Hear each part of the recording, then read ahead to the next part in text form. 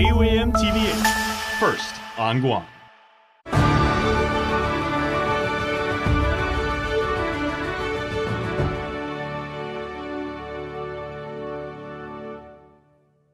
KUAM News headlines are presented by Calvo's Insurance, protecting Micronesia for 85 years. Matson, celebrating 25 years of commitment to Guam, Micronesia, and the CNMI. Cars Plus, Guam's leader in sustainability and electric vehicles. Learn more at carsplusguam.com. McDonald's of Guam, I'm loving it. And King's Restaurant, serving your local breakfast, lunch, and dinner favorites for over 45 years.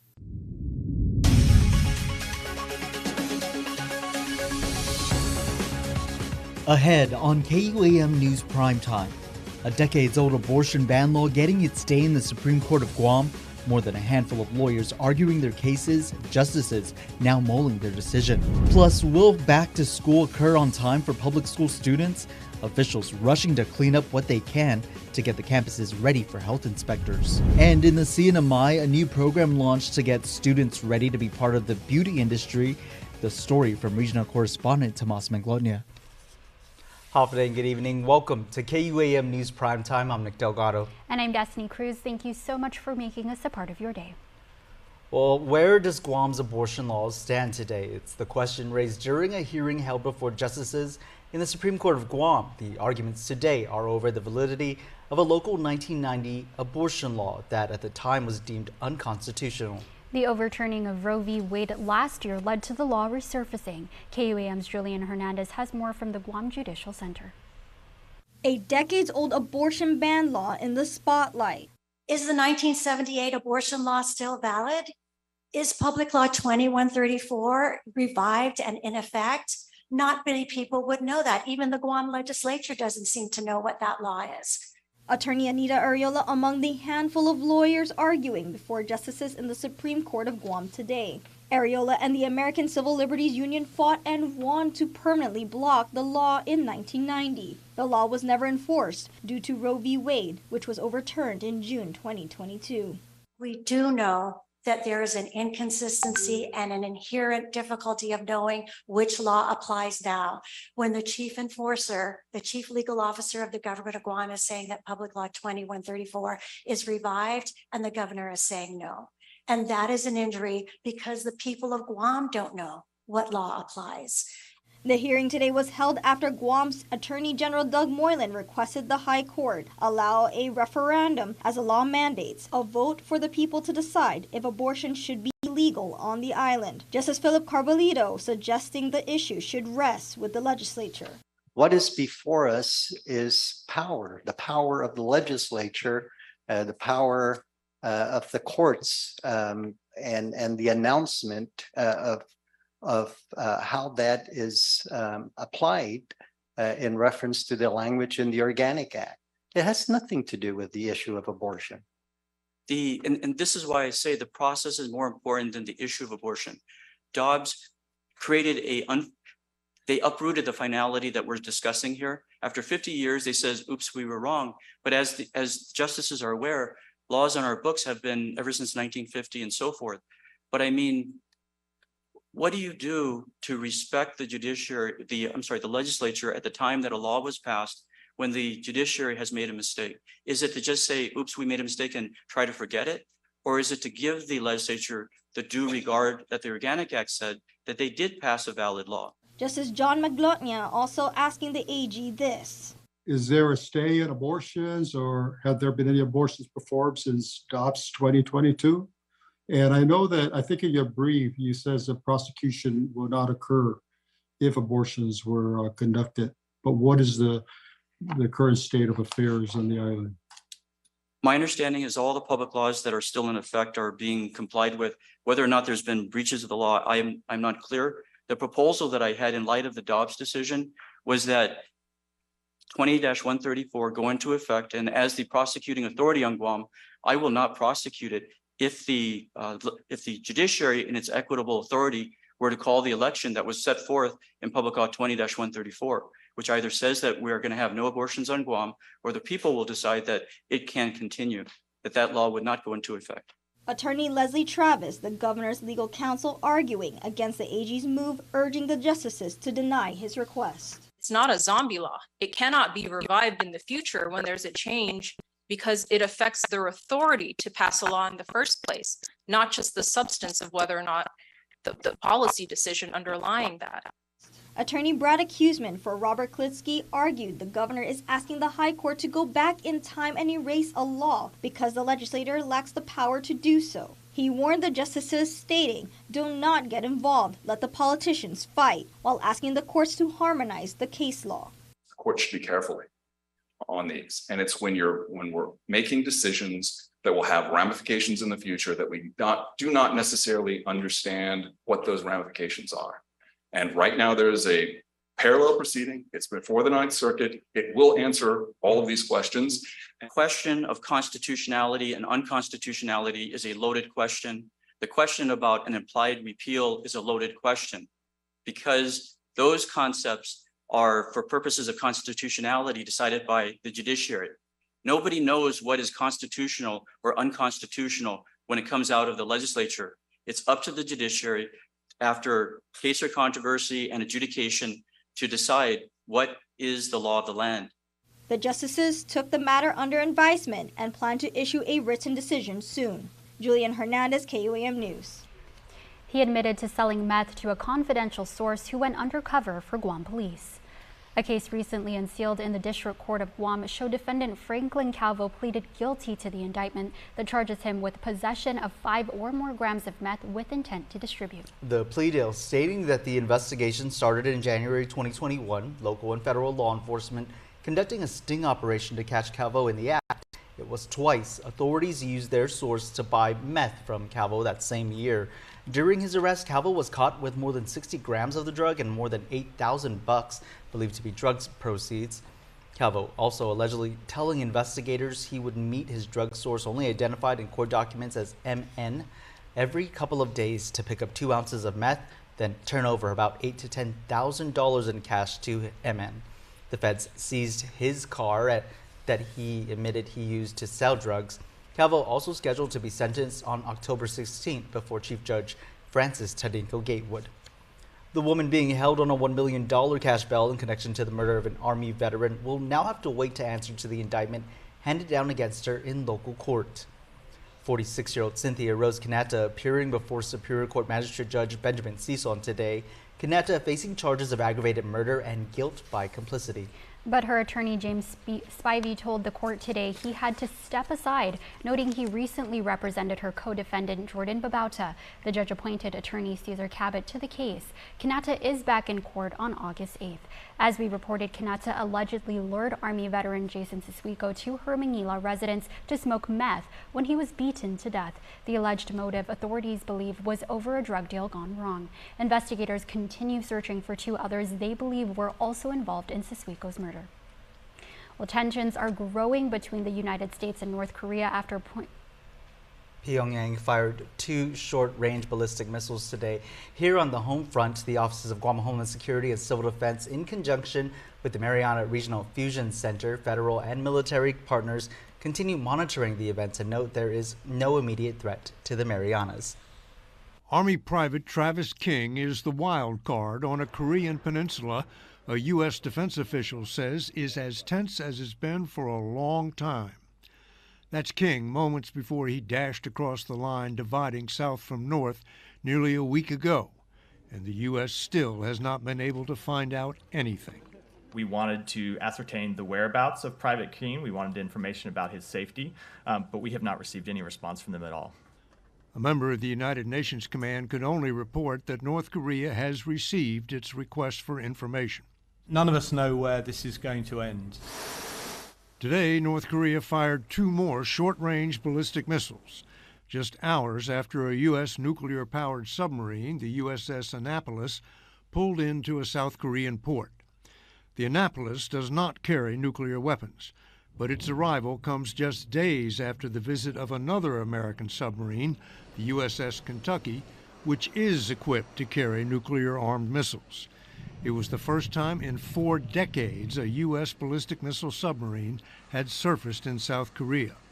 A blunt reminder to North Korea it is always in range of American nuclear weapons.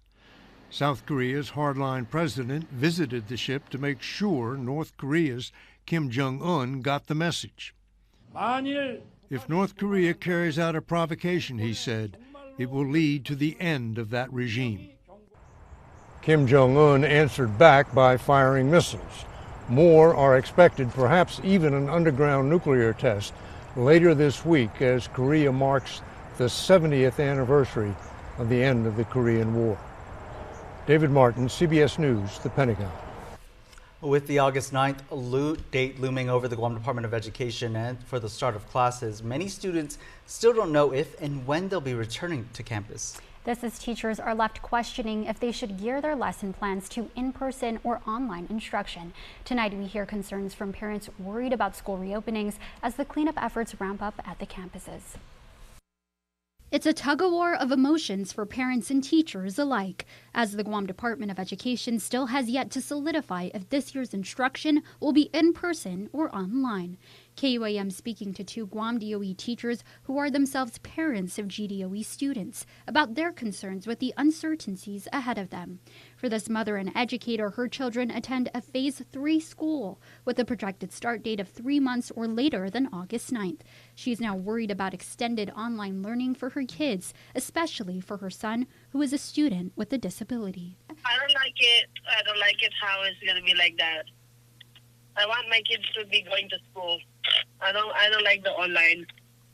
Online is really a struggle for us, especially with my boy. It's really hard for him to learn if it's not on the school setting. It's a preference for in-person learning that this fellow teacher, Becky Merrill, and mother of 3 GDOE students shares. Merrill has 2 children at a Phase 1 school, Southern High, and another at a Phase 2 school, Ocean View Middle, where she also teaches at.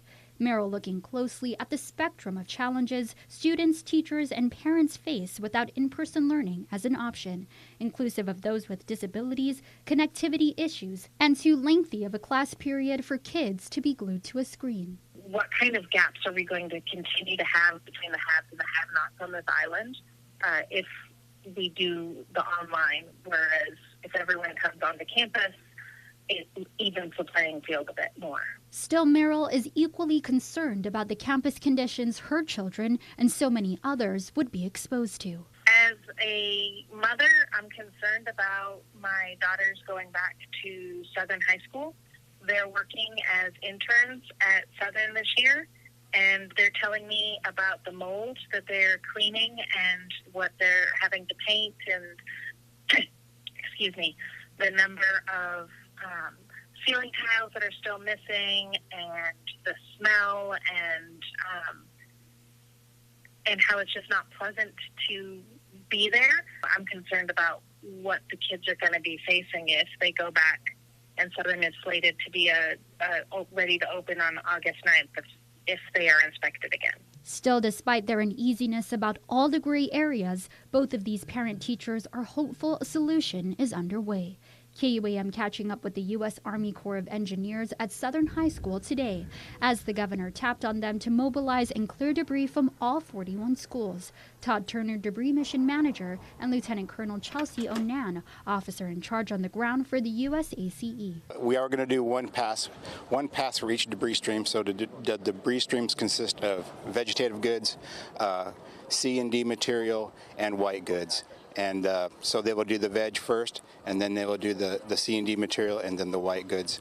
And so that's our mode of operation at the moment. Big prioritization on the schools. We want to get kids back into schools. We're tracking it's August 9th is that start date. So that's hopefully our goal, to be finished with all the schools, and here working to help make that goal a possibility. Meantime, Guam Education Board Chair Dr. Mary Okada giving an update on school reopenings at a Rotary Club of Guam meeting, saying inspections at Antolon Middle School started today. Okada further sharing that the new GDOE superintendent, Dr. Kenneth Swanson, will be rolling out his plan for this upcoming school year in the next few days. And just before coming on the air, GDOE Superintendent Dr. Kenneth Swanson recommending to the Guam Education Board to delay the school year until August 23rd. Education officials are discussing the issue during a Guam Education Board meeting tonight. Yeah, well, of course, we'll have the latest on the school reopenings on KUAM.com. Still to come on Primetime, criticism over the legislature's veto override that will allow Mount Carmel to become a public charter school. Plus, the airport's set to get millions for upgrades. That and more when your news leader returns. But first, there are more ways you can watch KUAM News and catch up on all your shows on Peacock. Just visit peacocktv.com/local to get you going and subscribe today. Watch KUAM TV 8 live on Peacock. Check out our live channel, NBC shows, live sports original programming, movies, plus so much more. Visit peacocktv.com/local or download the app and subscribe today. Only Pizza Hut lets you surround your favorite pizza with greatness. The one and only stuffed crust pizza tempts your taste buds with melted cheese stuffed inside that amazing crust. And at just $18.99 with one topping, the stuffed crust pizza is truly irresistible. So grab your slice of pizza perfection with cheesy goodness baked right into the crust. The stuffed crust pizza, just $18.99 with one topping. Only at Pizza Hut, the island's best.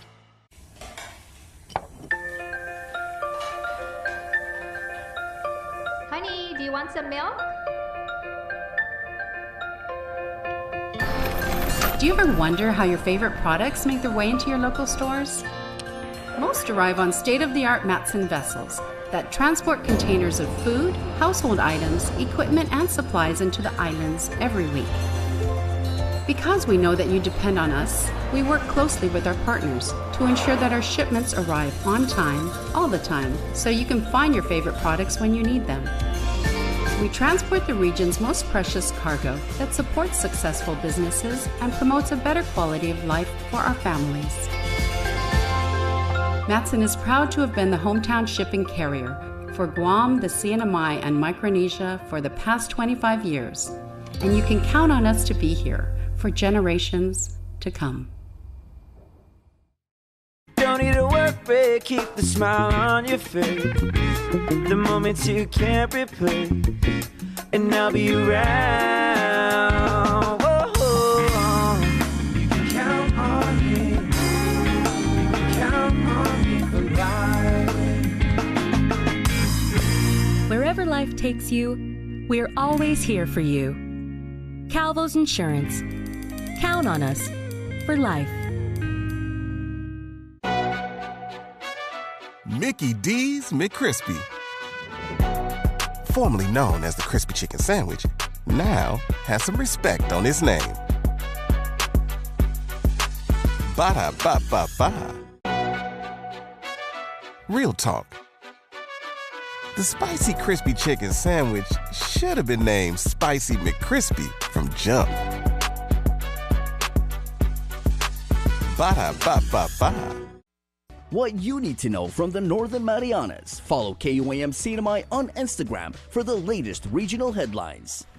Welcome back to Primetime. A national advocacy group is condemning the legislature's veto override that will allow Mount Carmel School to become a public charter school. The Freedom from Religion Foundation says the measure continues the upsetting trend of government entities trying to fund religious education. It follows a recent Oklahoma school board action which established the nation's first publicly funded religious charter school.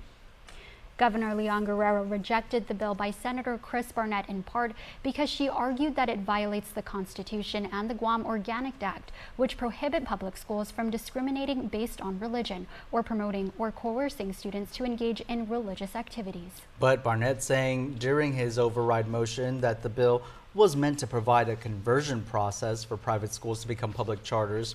Senator Joseph Augustine adding he was concerned about the separation of church and state, but voted in favor of the override after Mount Carmel officials assured him there would be no religion taught. We'll have much more on this issue tomorrow. We've scheduled an interview as well with the attorney for the Freedom from Religion Foundation and with Mount Carmel's representative, local attorney Mike Phillips. Senators discussed a bill today to severely stiffen the penalties for using a gun in the commission of a felony. The measure by Senator Tom Fisher is in response to what he believes is an alarming rise in such incidents. Nestor Lecanto reports on today's legislative session.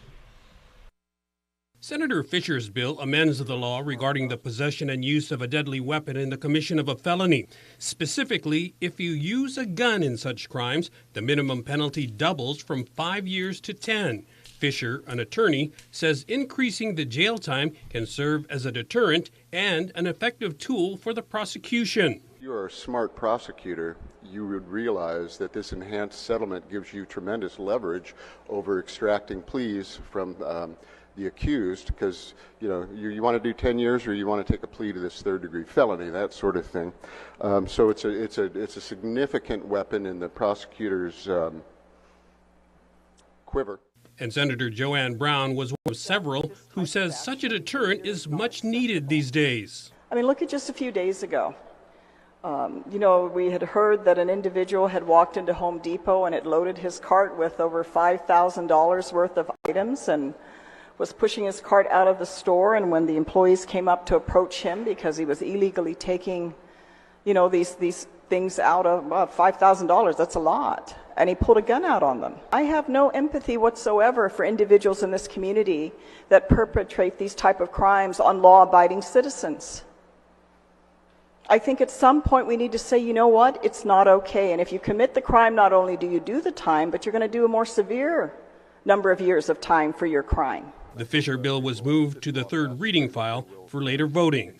Esther Lecanto, KUAM News. Thanks, Ness. And in connection to that story, police have identified the robber seen in that video in the Home Depot robbery as Ed St. Augustine. Police say he's still at large. $4 million now in federal funding making its way to the A.B. Wonpet International Airport. Guam Delegate James Moylan announcing the House Appropriations Subcommittee on Transportation approved that cash. It's part of the Congressional Community Project funding for fiscal year 2024. Airport management specifically made that request. $2 million is slated to fund a comprehensive study to identify the requirements that would provide with disabilities at the airport. Guam International Airport Authority management note this would be inclusive of designs and specifications to improve the parking facilities, provide covered curbside canopies, address a digital signage content management system, upgrade restrooms, and install service animal relief areas. The other half would be used to update GIAA's fire alarm, fire suppression infrastructure, and to integrate all facilities under the airport's jurisdiction under one centralized command and control system, essentially modernizing a 25-year-old system.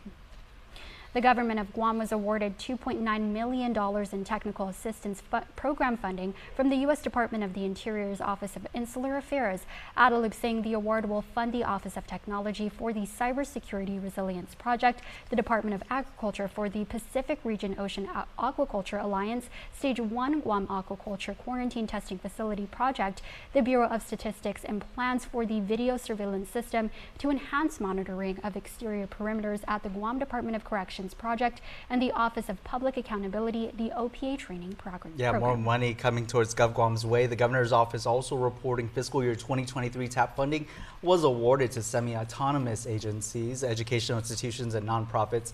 This includes $481,000 to the Guam Community College. That's for truck drivers move the economy project.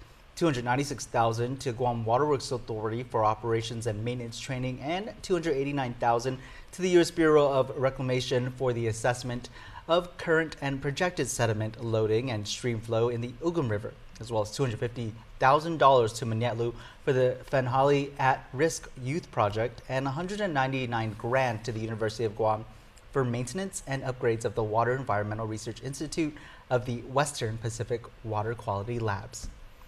Well, creeping up at a slow pace but sure step forward for the island's budding recreational cannabis industry. The Cannabis Control Board unanimously approving another responsible official applicant, Wang Chi-Shu, with Herbal Science LLC, Monday during their monthly board meeting. But the first and only applicant for a cannabis establishment license, Greenland Farms Inc., is still waiting for clearance from Guam Waterworks Authority before the board can review their application. Daphne Shimozu is the board's vice chair and the Guam Department of Revenue and Taxation director. My understanding is that they're still in communication with the Guam Waterworks Authority regarding their cannabis establishment license application. So at this time, I don't believe there's any update to that. And until that, until that's completed, of course, we will not be able to vote on it. There's no actual progress from or any items for our team our board to approve at this time or take action on. It was back in March. Board members were hopeful they would receive and vote on a complete application by May. Meanwhile, the Cannabis Control Board looking to postpone their annual cannabis summit set for next month to next spring as Typhoon Mawar recovery efforts continue. The board will select a date for the summit on their next meeting. Over in Saipan, the Northern Marianas Technical Institute launched a new cosmetology program this week ahead of classes this fall. It addresses a major need for the CNMI's workforce. Regional correspondent Tomas Manglotnia reports. It's something that I've been wanting to do since I was young. I'm not as young anymore, but I still have the passion for it. Hannah Blanco is one of the very first students enrolled in the Northern Marianas Technical Institute's new cosmetology program starting this fall. I also do freelance makeup on the side. I've been doing it for a few years. Started my own business a year ago, and I'm just excited to learn more and add on more services for my clients. It's a dream she'll be working towards achieving while still working as a marketing assistant for Island Training Solutions. It's really a dream come true, not to be cliche, but since I was 18 years old, I wanted to go to cosmetology school. Somebody told me that's not a career, so I never did it, and I just waited and waited and waited. 10 years later, more than 10 years later, I'm still passionate for it, and I'm so excited that Saipan is finally going to have it in our community. I was considering going to Guam for 2 years to enroll in a cosmetology program over there. So I'm so happy that it's in our community now. It's a milestone being celebrated at the program's launch party in Saipan this week. It comes at a challenging time for the local job market. Cosmetology was actually one of the top 5 needs within the CNMI on the employment services data. And so we've decided that we already offer culinary, which is top 4, and other construction trades. So with cosmetology, we're actually hitting our top 5th. So this is our way of, trying to increase awareness in the community that NMTech is here for all the trades programs, and we're happy to serve you. 3 students are currently enrolled as they work to recruit more people before classes begin this fall. It's just exciting and a relief to finally be at this stage where we have the curriculum, we have the students enrolled, and we're getting ready to actually start the teaching. It's an effort receiving huge support from the community and related industries. I really believe that it's going to open the doors for just so many youth in the community, just so many people and individuals who are interested. And this is a great program. I mean, I really firmly believe in education, and so this is a great implementation. Tomas Manglotnia, KUAM News, Saipan. Teaching how to get them all snatched. Snatched. Everybody is looking snatched and beautiful. You went to Snatch University, Destiny? Yes, that's why my nose is skinty. I think I'll get there. Ready for graduation day. Yes. Now for a look at your world at home. Here's an evening view captured from the Hoshino Resorts in Tamuning. This view plus more tomorrow music like this streaming now on Isla Digital Radio.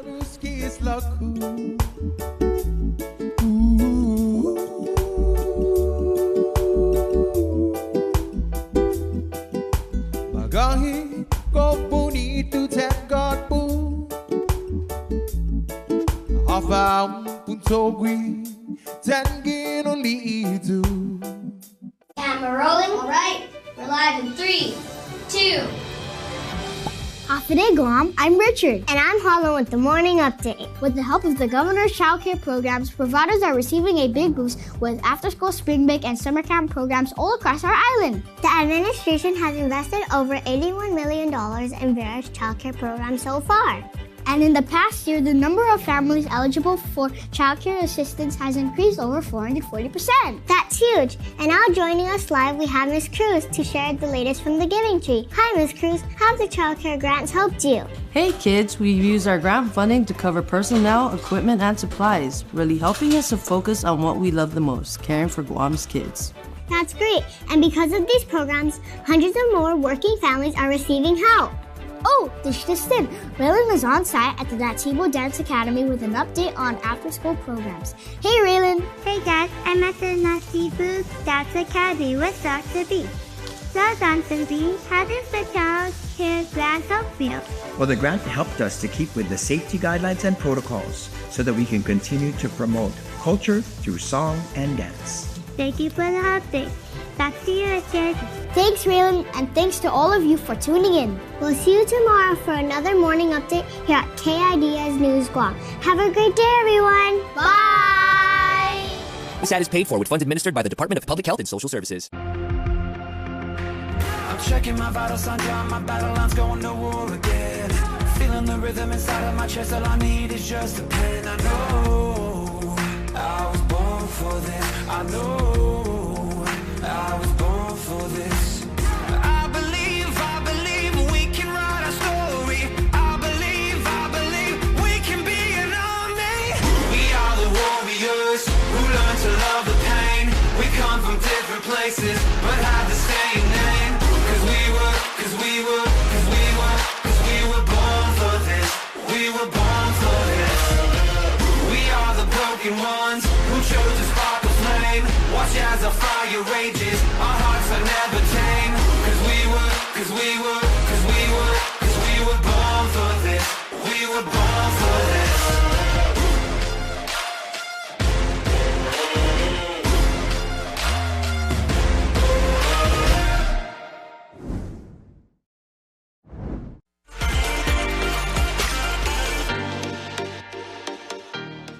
Swimmer Israel Poppy is someone who jokingly describes his competitive nature as, in his own words, hard to stop. Our island's in very capable hands at the World Aquatics Championships in Fukuoka, Japan with Team Guam, and the athlete his friends call Izzy is swimming in the 100 and 200 meter freestyle events. So, this begs a question. Just how intense is a Spotify playlist Izzy uses to get hype before a meet? I don't listen to hype stuff, more like chill music, like R&B stuff, like SZA, stuff like that. Okay, so you actually mellow out. Yeah. Now, musical taste aside, he hones a laser-like focus on the races he's in, but even in a sport so dependent on individual technique, Izzy's priorities are his core skill as being a phenomenal teammate. I'd say 200 free is my best event, but I like the 200 IM. The group that fights for us overseas has actually been training in the sea itself for the past 3 years, something Izzy sees as less than ideal, but still paying dividends. It would make me a good open water swimmer, I guess, and makes me just a stronger person because it's harder to swim in these conditions. He also models his own swim game after some of the best in the sport. I say Caleb Dressel. He's a really nice guy. I've seen him a few times. I've seen Carson Foster. But while he possesses skills and talents far beyond his years, he's still just a Guam kid. And training hasn't come without sacrifice, which, for Izzy, means giving up some good island food before the meet, at least temporarily. Ribs. I love ribs. Some barbecue chicken too. All that stuff from Jamaican Grill. I love it. There you go. Well, you can't have that barbecue sauce sticking to your ribs when you're about to hit the pool. Yeah. He also wanted to thank those who put him in this position. My coaches, I'd like to shout them out. They've helped me a lot. They've motivated me to stay strong. My teammates over there, they've also helped me out a lot. They keep me motivated. My parents. As well as lending an athlete's wisdom to youngsters who may look up to him and someday want to swim competitively. I would tell them to go to the beach, swim, have fun, because that's the thing, you have to have fun when you're going to be in a sport.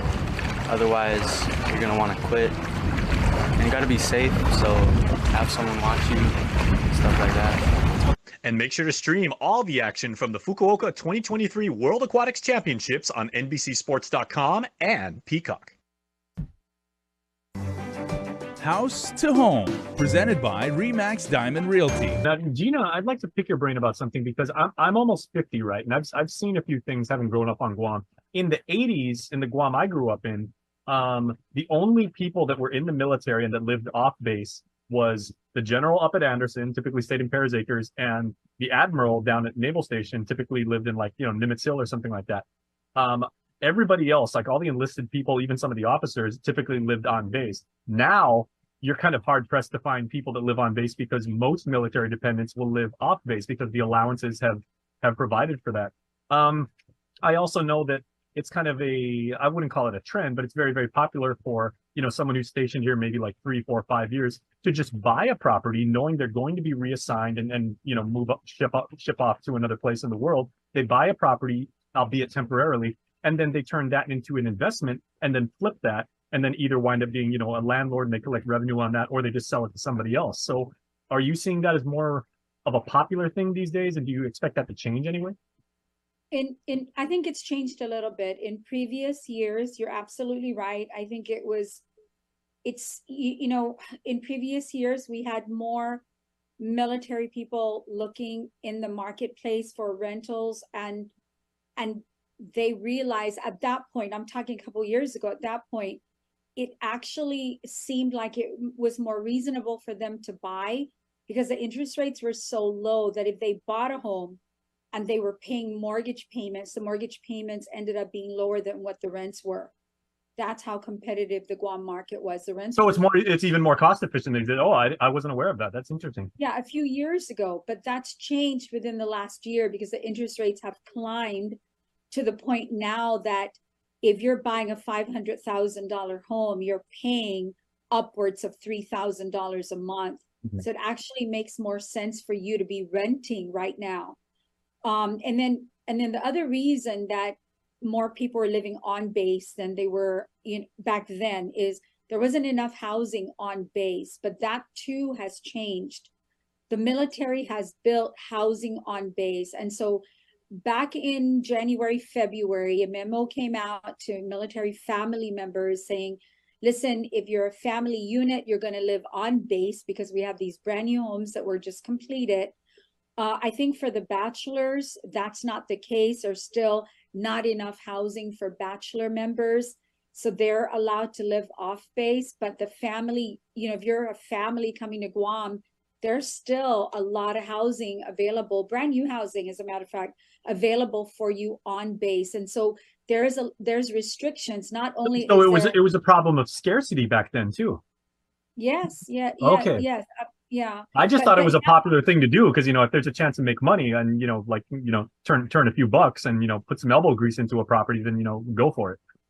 I didn't realize that. I think in terms of the growing number of people that were buying, that were military members that were buying, the reason they were doing that is you really were, with the interest rates as low as they were 2-3 years ago, even 4 years. Yeah, even 4 years ago, your mortgage payment was lower than your rent. But at this point, that is not the case anymore. And so we are seeing more people renting, but of course they've got housing available on base. So, there's not as a big influx as we would expect right now, because there's still housing on base. So they're taking advantage of that. Okay. Now, Liz, what we want to do in this show, and we've said this since we started doing this, the three of us 10 years ago, is we're giving people opportunity and learning how to recognize opportunity, right?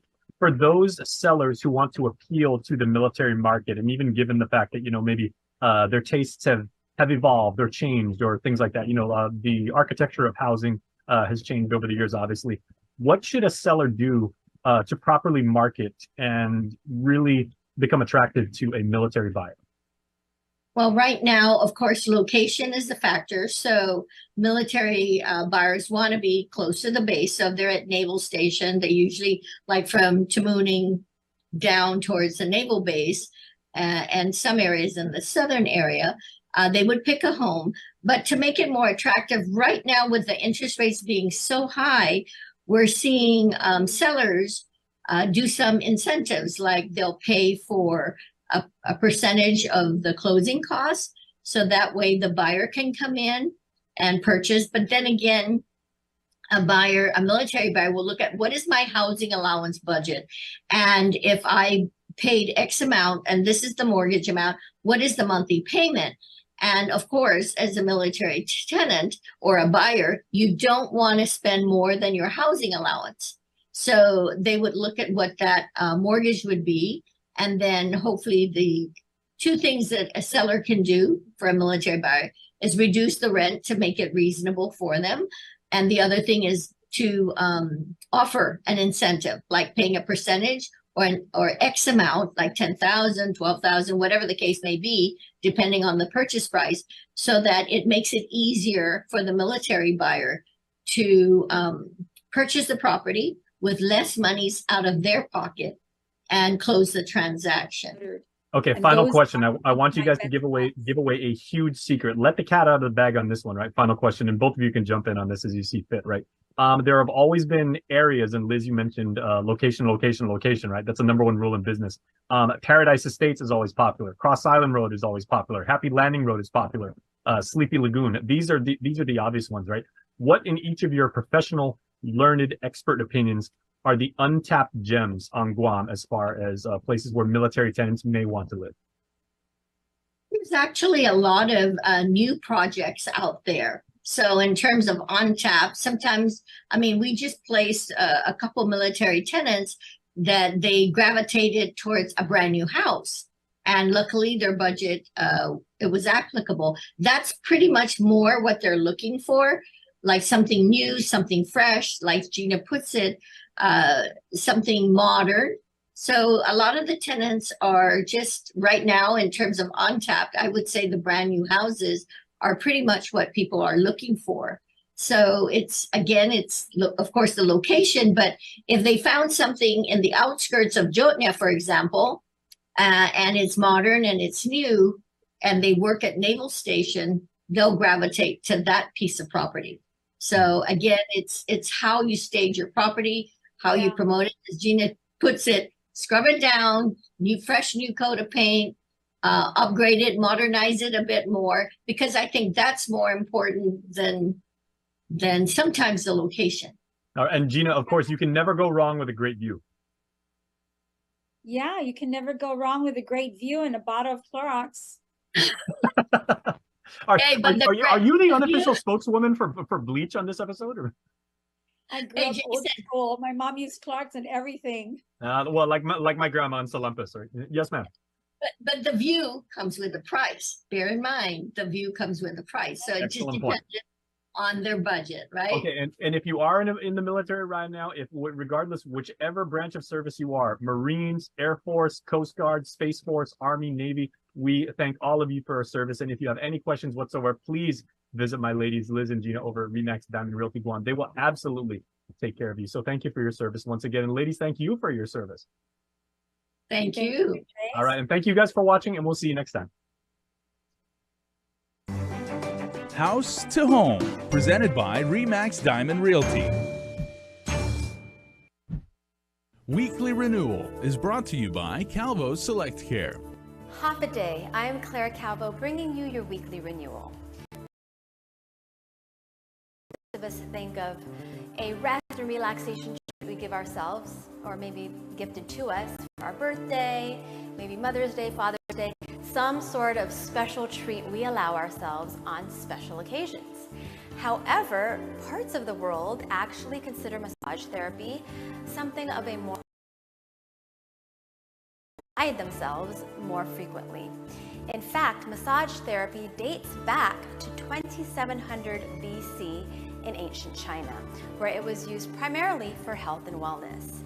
But massage grew in popularity in the US in the 1850s through two physicians, George and Charles Taylor, and grew even more in popularity after World War I when it was used to treat shell shock.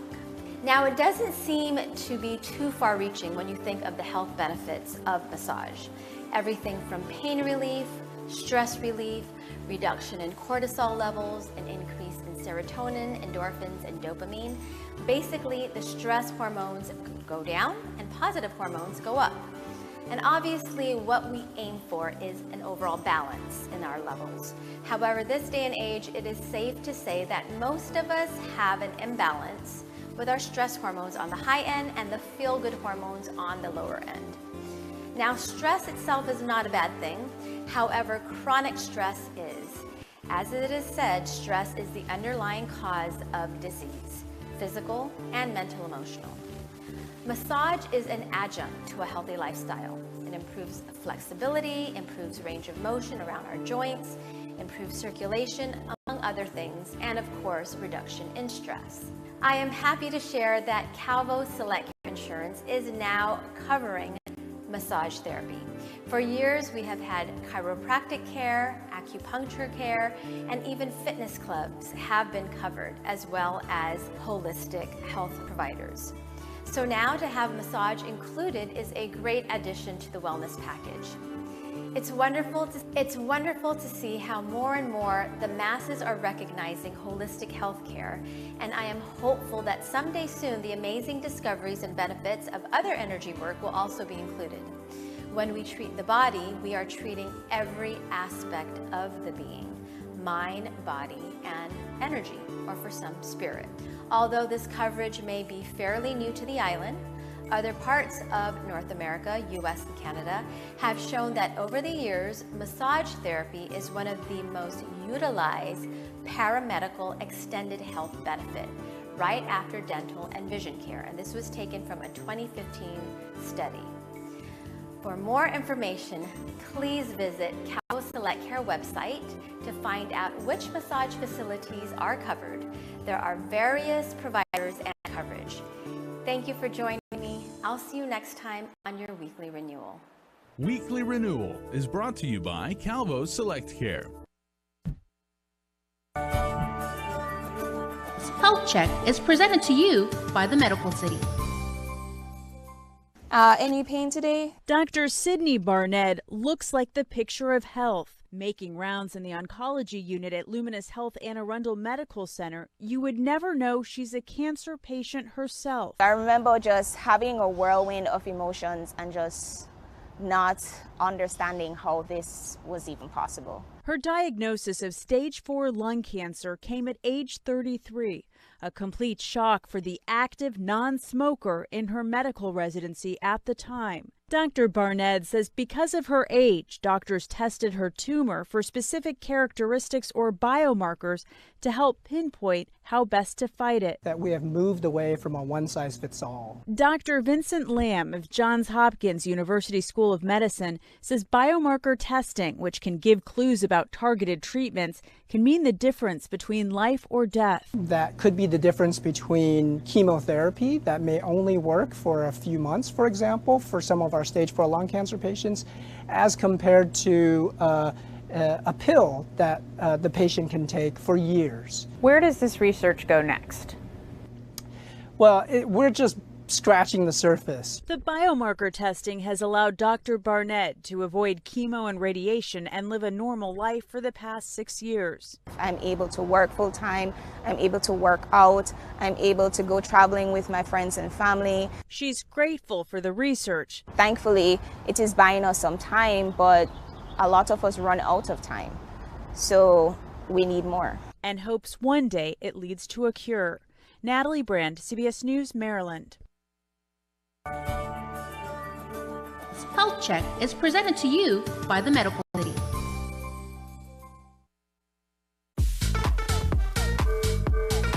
Do you ever just sit and think, that's so hot? Need something spicy? Yes. You've reached the Volcano Menu hotline. This is Paris, expert on what's hot. How may I turn up the heat for you today?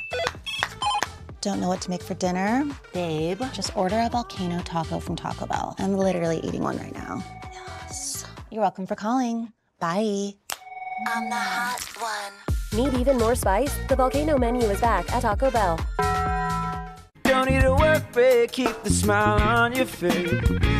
The moments you can't replay, and I'll be around. Whoa, you can count on me. You can count on me for life. Wherever life takes you, we're always here for you. Calvo's Insurance. Count on us for life. Here with this experience today, I mean, top notch. It helps you in the long run. Make sure that you're always checking your health. It's not only yourself that you're checking yourself. Actually, you need to check each other, and then at the same time, if you have the right facility to go to, please go to the Medical City.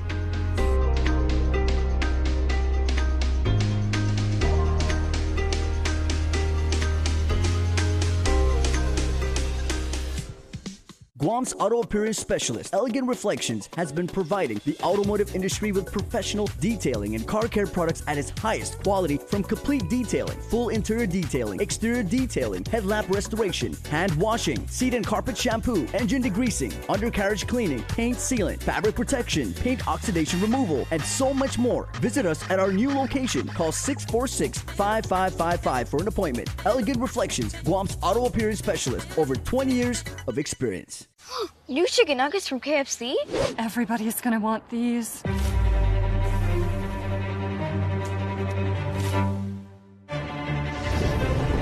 Let's eat these inside. Try new Kentucky Fried Chicken Nuggets. You've never had nuggets like these.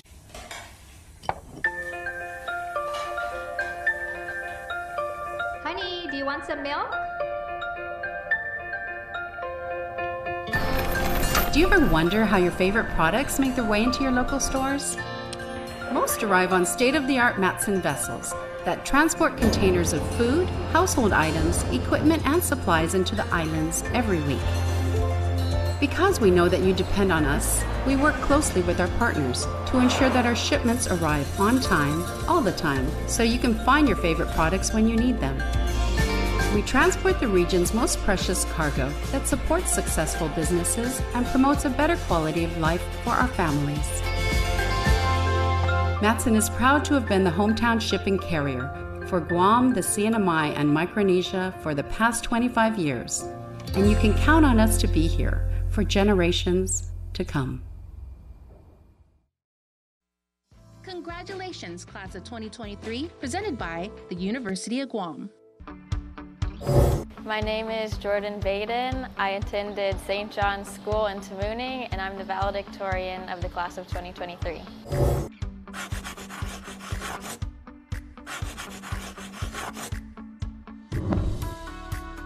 Some highlights of my high school career are winning the Asia Pacific Invitational Cross Country Championship and being selected by the Guam National Track Team to compete in the Oceania Championships 2022 in Australia.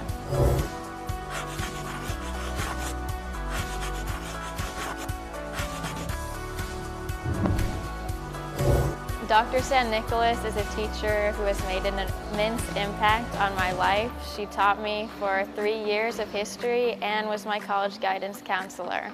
Without her, I wouldn't be where I am now.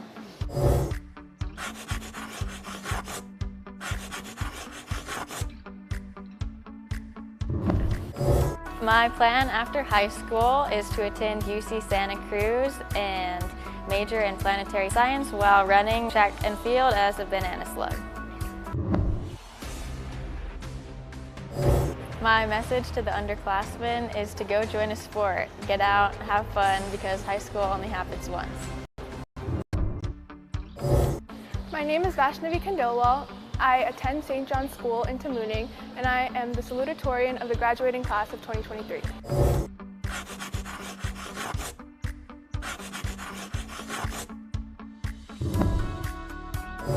Some highlights of my high school career are being able to present research projects in science off-island, such as in Korea, Japan.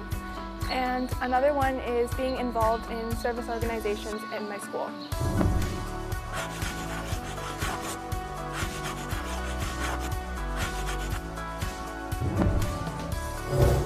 One teacher that has made a difference in my life is Ms. Lopez. She has served as my science fair mentor, confidant, and close friend for the past 7 years.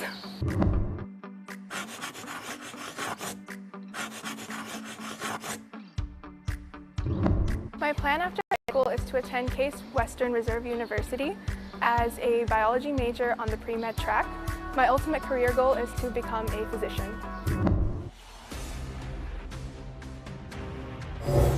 My message to the underclassmen is to be the best version of yourself.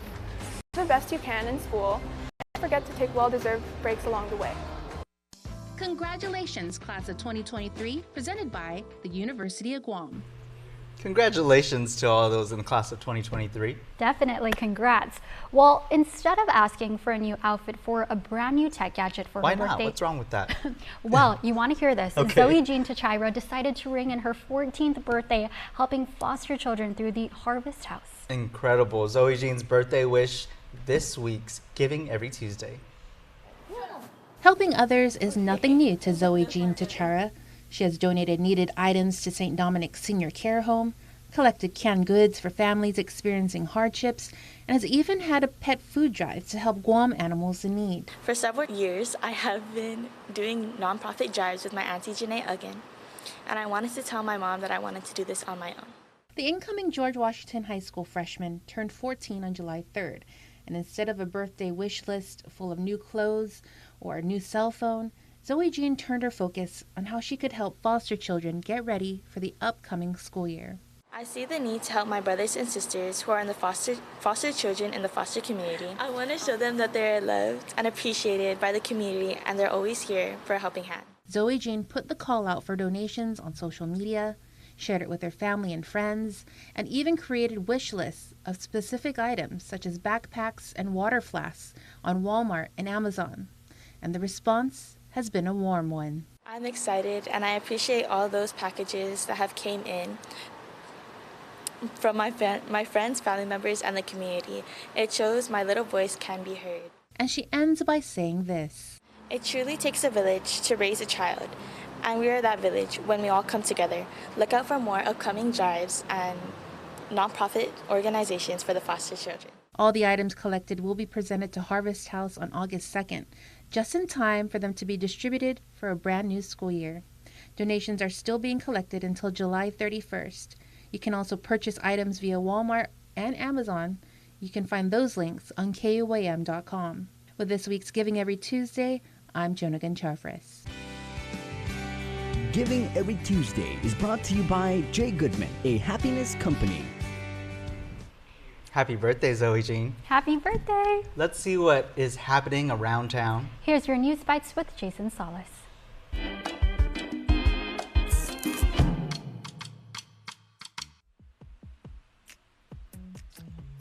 Hafa day, everybody. There is never not something happening on this wonderful island of ours. And you know what? I'm serious when I use a double negative. Never not. Most English teachers right now are like eye-rolling using the facepalm emoji. But you know what? The point is taken, right? There's a lot of stuff happening on Guam. All of it awesome, and here we go. News Bites for you today. Gala Incorporated and Gura Totu Gardens presents Summer Camp 23. It's open to kids age 8 to 15, and the camp runs weekdays up until August 8th from 8:30 until 4:30 at the Totu Gardens Residence Service Center. It is kind of a resort if you think about it. Featuring games, art, fitness, and more. Participants do not need to live in Totu Gardens. That's awesome. So everyone is welcome from around the island. Make sure to sign up for more information. Good people doing good things, as our friends at the Kate Thomas Foundation as well as Hope Box Project are holding a back-to-school event. It's a backpack and supply drive. The following items are needed, so heads up if you have these: backpacks, index cards, binders, pencil cases, and notebooks. We need to empower our kids with the tools they need to be successful when they head back to school. And it's just around the corner, so let's get out there. Let's get them ready to be successful. You can schedule a meetup or schedule delivery. Awesome. And if you're in Saipan, that island's Chamber of Commerce is going to be holding their August general membership meeting on Wednesday at the Hibiscus Hall in Crown Plaza, Saipan. You need to RSVP. So if you're interested in finding out about entrepreneurship and capitalism up in the NMI, please do so. Lots of things happening, did I tell you? And I'm not going to use double negatives anymore because I'm sure I'm going to get a whole bunch of DMs about that's not cool. There you go. I can already hear my phone going off. Several of it's my coworkers. Here are two more of my coworkers, Nick and Destiny, with more news. From News Bites to Cake Bites. Ooh, yeah. It's birthday wishes time. Here's your Cold Stone Creamery Birthday Club shout-out submitted on KUAM.com. Hey everybody, just a single birthday shout out today on July 25th, but that's all right because Liam Paul Deasis has the spotlight all to himself. So happy birthday number 9 to Liam. Your family says we love you from the Ganeb and Assis families. And you know what? From your extended island family, Liam, we here at KUAM and Cold Stone Creamery, which go check them out. They got really, really good ice cream and you deserve it because today's your 9th birthday. 9 is a fantastic birthday and we hope you have the best one ever. Happy birthday. I hope he gets the Cold Stone Creamery Birthday Club Me cake too. this Friday. Let's manifest it. Okay, I just did. Me too. Okay. But don't forget, the Guam Education Board